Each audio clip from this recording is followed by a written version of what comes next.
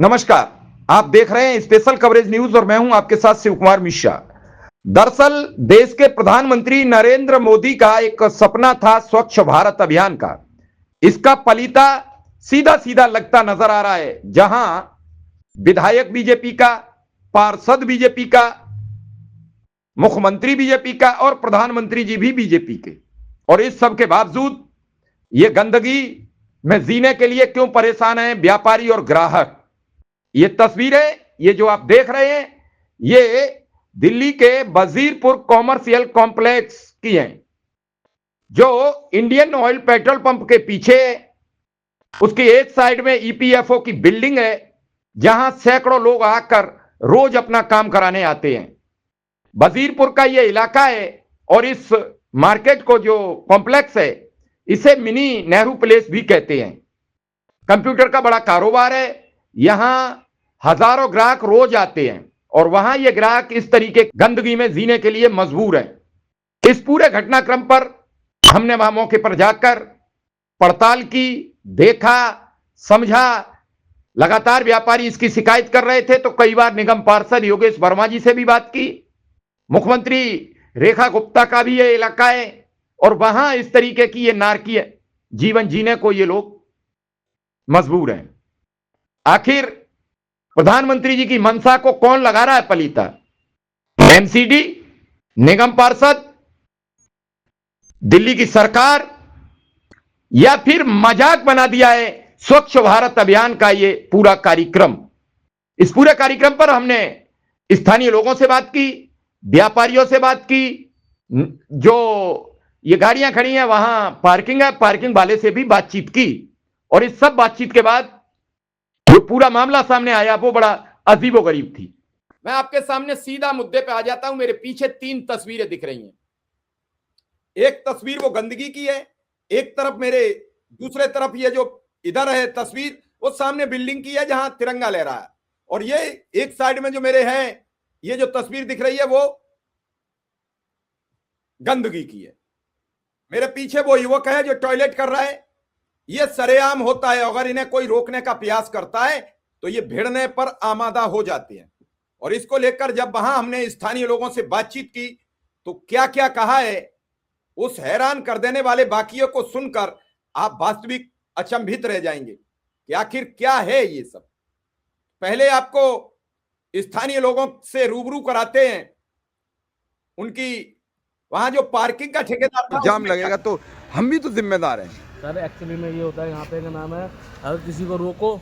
ये जो गंदगी है आप ये देख रहे हैं, हाँ आपके यहाँ पार्किंग का काम करते हैं, हाँ जी। तो लोगों को रोकते हैं तो रुकते नहीं है भाई। कुछ हमारी भी तो जिम्मेदारी है, नैतिक जिम्मेदारी हमारी भी तो बनती है। अगर आप लाल बत्ती पे गाड़ी गलत खड़ी कर दो, जाम लगेगा तो हम भी तो जिम्मेदार हैं सर। एक्चुअली में ये होता है, यहाँ पे का नाम है, अगर किसी को रोको तो फौरन लड़ने को तैयार होते हैं कि तेरी का नाम है, ये है, वो है, फलाना ठिकाना।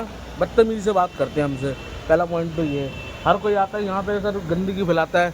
मार्केट वाले हैं, यहाँ कूड़ा फेंकते हैं। यहाँ पे मार्केट वाले कूड़ा फेंकते हैं यहाँ पे।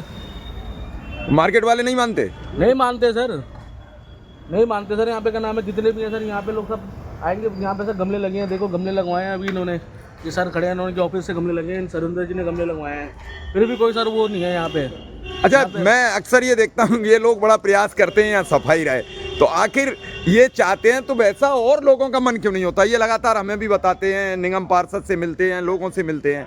आप सब लोग अगर चाहो तो वैसे भी सफाई रह सकती है सर। यहाँ पे कुछ है सर जो गंदगी में रहना पसंद करते हैं, मेरे हिसाब से यही है सर। ये गंदी नाली के कीड़े ही रहेंगे जिंदगी भर वो। आपने पार्किंग वाले की बात सुनी, अब मैं बात सुनवाता हूं वहां मौजूद लोगों की और जो मैंने वहां रिपोर्टिंग की।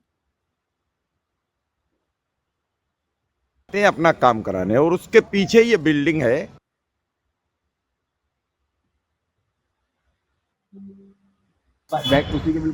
नमस्कार, आप देख रहे हैं स्पेशल कवरेज न्यूज और मैं हूं आपके साथ शिव कुमार मिश्रा। ये सामने जो आपको बिल्डिंग दिख रही है ईपीएफओ की है, जो जहां बहुत तादाद में लोग आते हैं अपना काम कराने, और उसके पीछे ये बिल्डिंग है मार्केट की।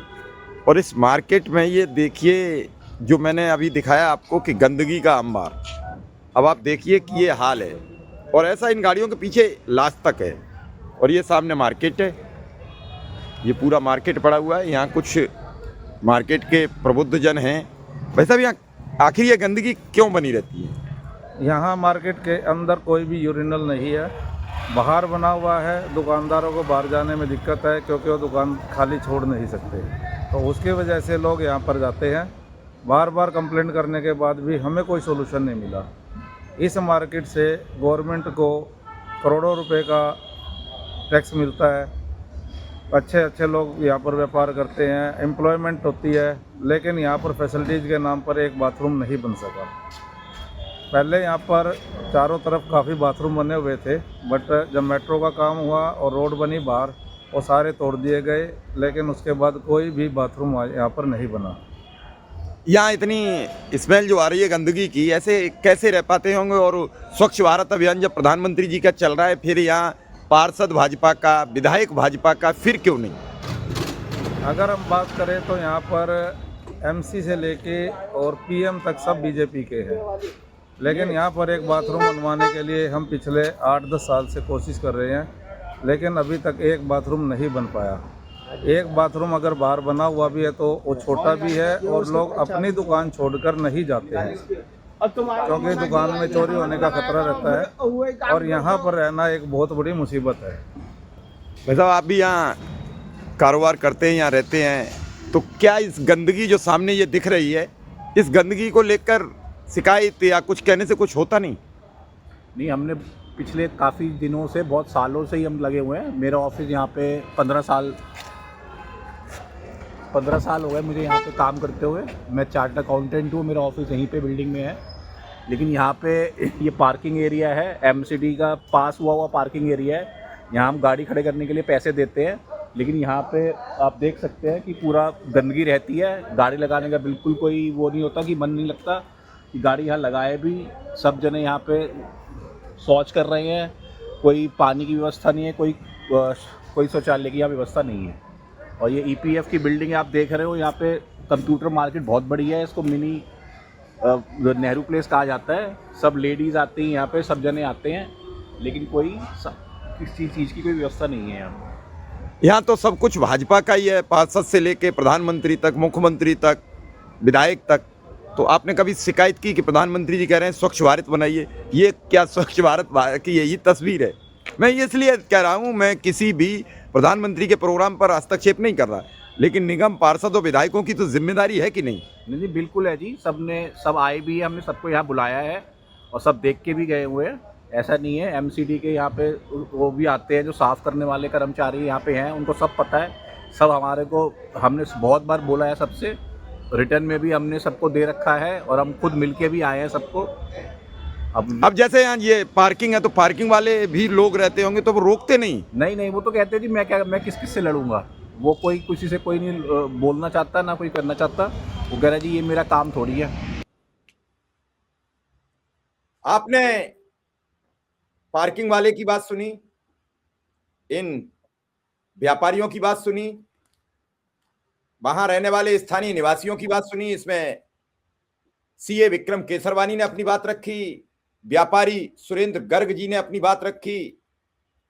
सबने बताया कि बहुत ज्यादा जरूरत है, लेकिन क्या इस नारकीय जीवन से इन्हें छुटकारा मिलेगा? करोड़ों रुपया टैक्स में देने वाले मार्केट में अगर एक बाथरूम की व्यवस्था नहीं हो सकती है, तो फिर क्या हो सकती है? यह बड़ा सवाल बना हुआ है।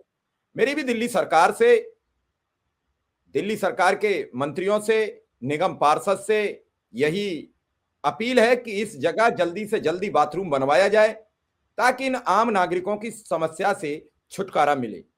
ये खबर बड़ी महत्वपूर्ण है और इसे देखें, समझें, और जो साथी हैं, प्रधानमंत्री तक ये संदेश जाए, मुख्यमंत्री तक संदेश जाए, इलाकाई पार्षद तक जाए।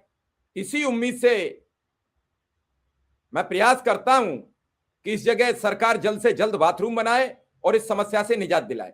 प्रधानमंत्री के स्वच्छ भारत अभियान को पलीता ना लगे। धन्यवाद, नमस्कार।